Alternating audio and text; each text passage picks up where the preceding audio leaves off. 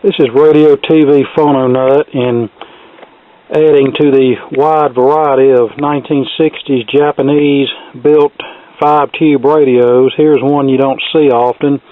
This is a Trutest from the early 60s. As you can see, it's on a swivel base there, and it has a nicely colored marble cabinet. This is a Trutest, and yes, I have the power cord to it. Model, what's the model of this thing? Model number KT204, and as best I can tell, this was offered as a kit from several of the mail-order electronics parts suppliers back in the 60s. This one's in nice shape cosmetically. The only thing really wrong with it is the little name badge has fallen off, which is common for these. The glue lets go. Alright, let's open this thing up and see what we got on the inside. This one, in order to take it apart, you have to remove the knobs, and then can't talk today, and then remove 4 screws and lift off this plastic front panel here, and then you can slide the radio chassis out of the front of the cabinet. Here's the chassis. Different layout than some we've worked on, but it looks to be basically the same circuit. It's a 5-tube set that has the retainer clips like many of the Japanese sets do, and the 50C5 and 35W4 tubes, which are the output tube and rectifier tube respectively, are under this metal heat shield, which is a nice touch to help prevent the cabinet from getting melted. This appears to be a hot chassis set, but most of the capacitors are ceramic disc. There's one paper cap here and one here. It's the across the line capacitor, which I will remove before we even power this up, because these like to blow and send shrapnel everywhere. And a nice touch about this radio that I've never seen on any of the Japanese sets, and I'm sure you see it on the screen right now, is this radio is fuse protected. This is one of the very few 5-tube AC/DC sets that I've seen with a fuse in the AC line. Alright, let's cut this capacitor out so it doesn't pop on us, and then we'll put some juice on it and see what it does. Alright, here we go. AC line bomb disabled, full 120 volts applied. Let's see what happens.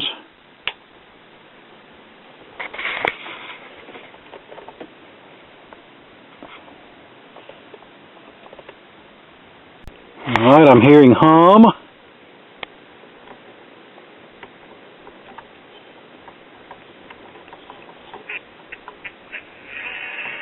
Very weak station that the volume control has no effect on. So that's where I suspect the trouble is.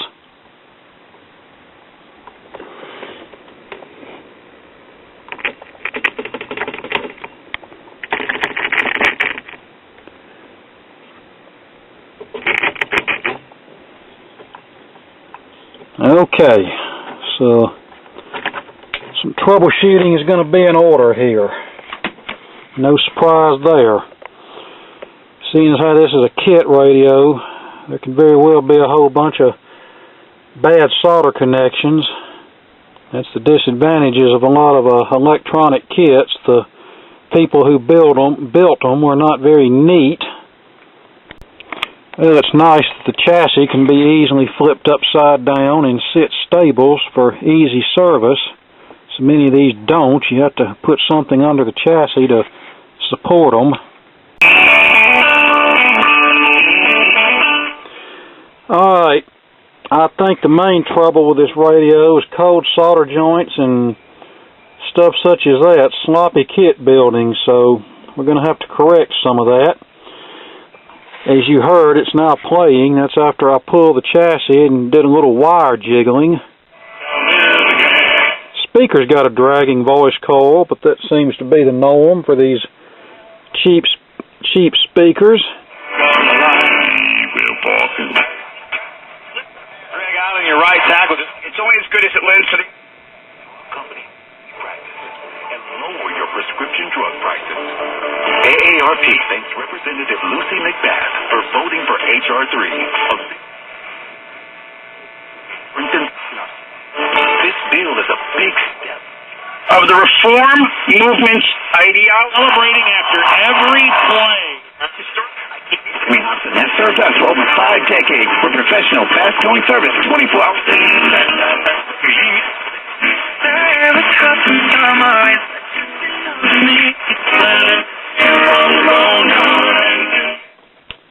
It's still not up to what it could be, but yeah, I just think we're going to just have to go through this and just neaten it up a bit and resolder some things, and hopefully that'll take care of any problem.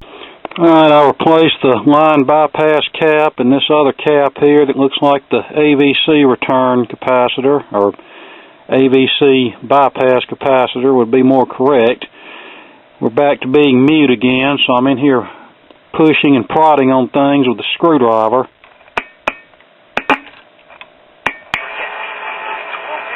And when I push on that resistor, it comes to life. So that tells me that something is wrong in that area. Whether you're a side sleeper... Alright, I think I found out what's going on here. This resistor that I was pushing on, that's the plate load resistor for the first audio tube. In other words, the plate gets its B+ voltage through that resistor, and as you saw, I could push on it and make it come back to life. Alright, what's happening? 7, here's the plate that high voltage comes in on. Pin 6 is one of the detector plates, and I've moved this out of the way, but this was positioned where this little tit here was touching this little tit. They were getting too touchy-feely with each other, and they spontaneously combusted. They weren't a compatible match. So what we're going to have to do is I want to clean all this up a little bit and insulate these leads a little better, and maybe this thing will play without cutting in and out. Alright, that looks a lot better, doesn't it? Now that's just that one connection that we fixed. And the 250K resistor was up to a little over 300K, so I went ahead and replaced it with a new 270K. But yeah, we're just going to have to go through this whole thing and neaten it up a bit.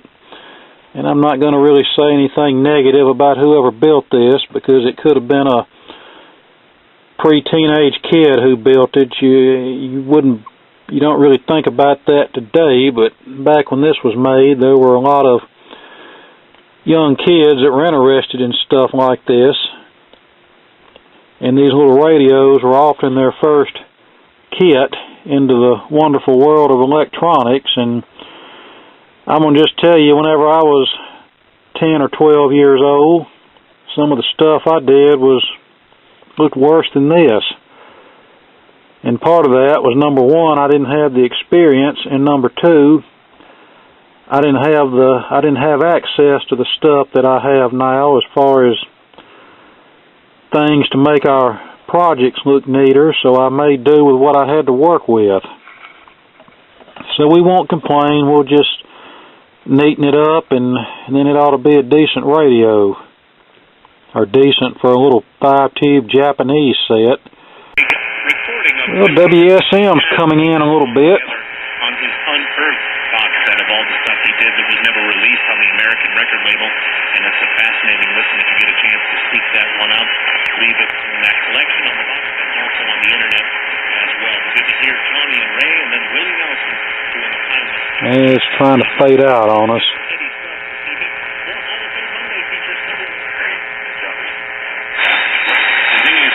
Maybe we wouldn't be constantly looking for the volume control. Maybe our worlds would be a little kinder. Brown and Callahan, traffic from I-10, so they want to give yourself an extra 2 to 5 minutes. I reckon the right shoulder, 1604 westbound at Lockenterra Parkway, might add a couple of minutes to your drive. Meanwhile, smooth sailing on 35 northbound between 410 and O'Connor. And we're also seeing no delays on 281 southbound between 1604 and 410. Scott West, News Radio 1200 WOAI. This report is sponsored by Unbound.org. Don't give up, you know that the sun is gonna shine, 'cause you are mine. You just keep doing your best, and I will do it. It ain't over. Getting their cash back, Matt. Okay, let's continue. 3,000 to continue this momentum. So, yeah, Alright, I cleaned up some of the sloppiness and retensioned the tube sockets, and the way I did that, like I mentioned in a previous video, is I just remove the tube from each socket and then take my screwdriver and press the contacts closed from the underside of the socket, and that gives it a little better connection. The 12AV6 socket was really flaky and not making good contact.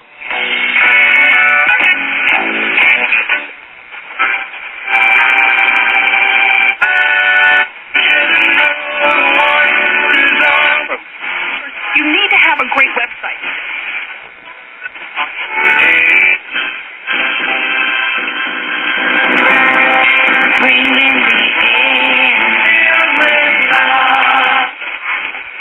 insurance is important, especially when it comes to insuring the place where you live. Well, the main thing that needs to be done is to get this speaker replaced. And all the stuff inside well insured.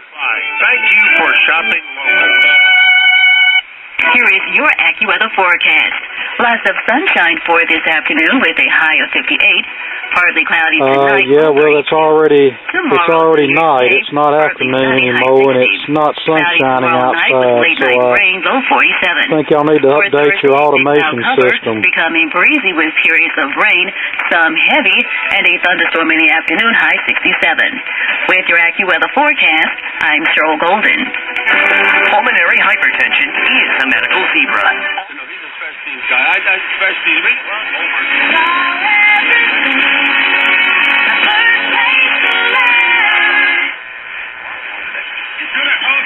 That's great news. The joy of getting the right motivation when you think you can. Now, the joy of giving it all you've got. Like with most of these little cheap Japanese radios, they're not station magnets. They may be 5-tube radios, but they're a cheap design, and they're basically designed for urban reception only. And you can see what we did under here. We shortened some component leads and put some spaghetti tubing over them to make sure they didn't get touchy-feely with anything else.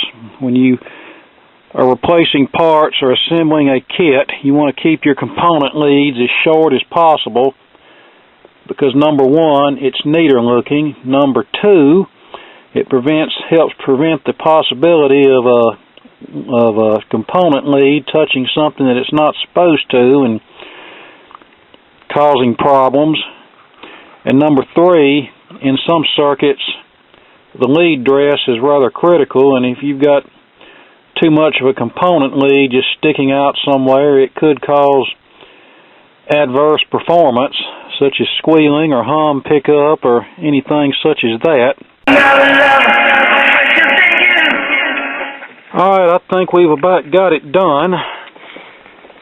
Like I said, I retensioned the tube sockets, cleaned up the mess that somebody made when they were building this, and the alignment was a bit off, especially this oscillator coil right here and the tremors on the tuning condenser. I just did it by ear and dialed it in pretty good.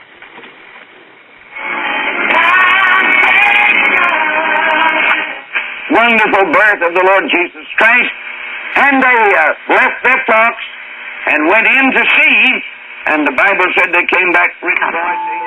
And now, this is not a very selective radio, probably because it only has one IF transformer and just a coil for the second IF. which was typical for most of these Japanese sets, so that's the reason they're not very selective. Jeremiah might have been minutes a day will accelerate brain development. As you can tell, 1390 sort of bleeds over into 1450. Servings of whole fruits and vegetables every day can make a difference for you this year to help you start. One, obviously a big size edge for the Wolverines. Yeah, it's right there. And we talked about it early on. As much as they like to target it. There's an out-of-town station.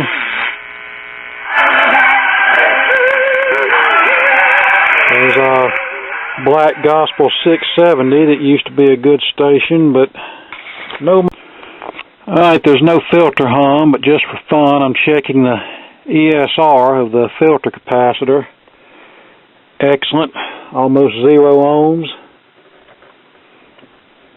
And 0 ohms for the, almost 0 ohms for the second section. So, this capacitor's staying, and I will say that these Japanese electrolytic capacitors usually hold up pretty good, especially in these little cheap tube radios. Now, the ones used in later stuff often don't hold up.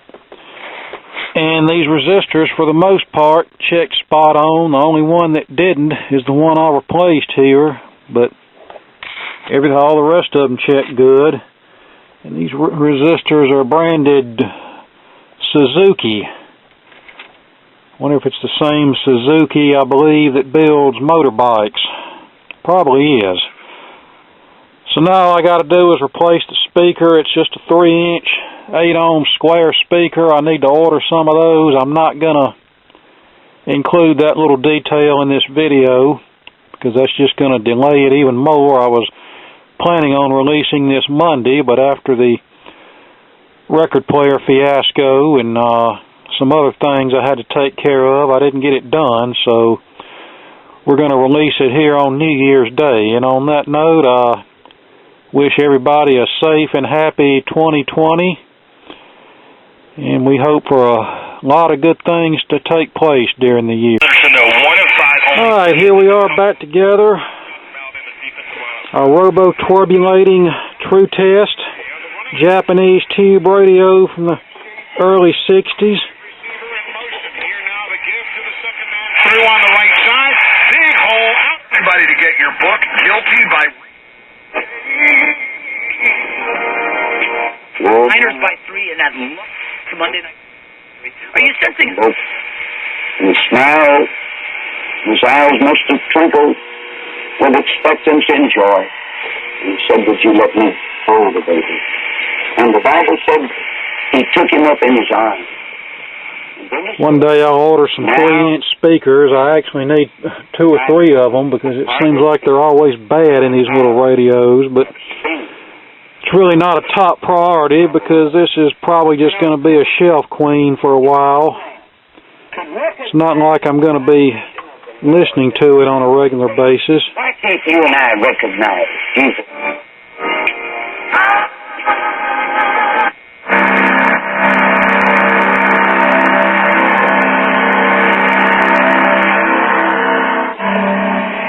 Hi, this is Rhett Rasmussen of BestHotGrill.com.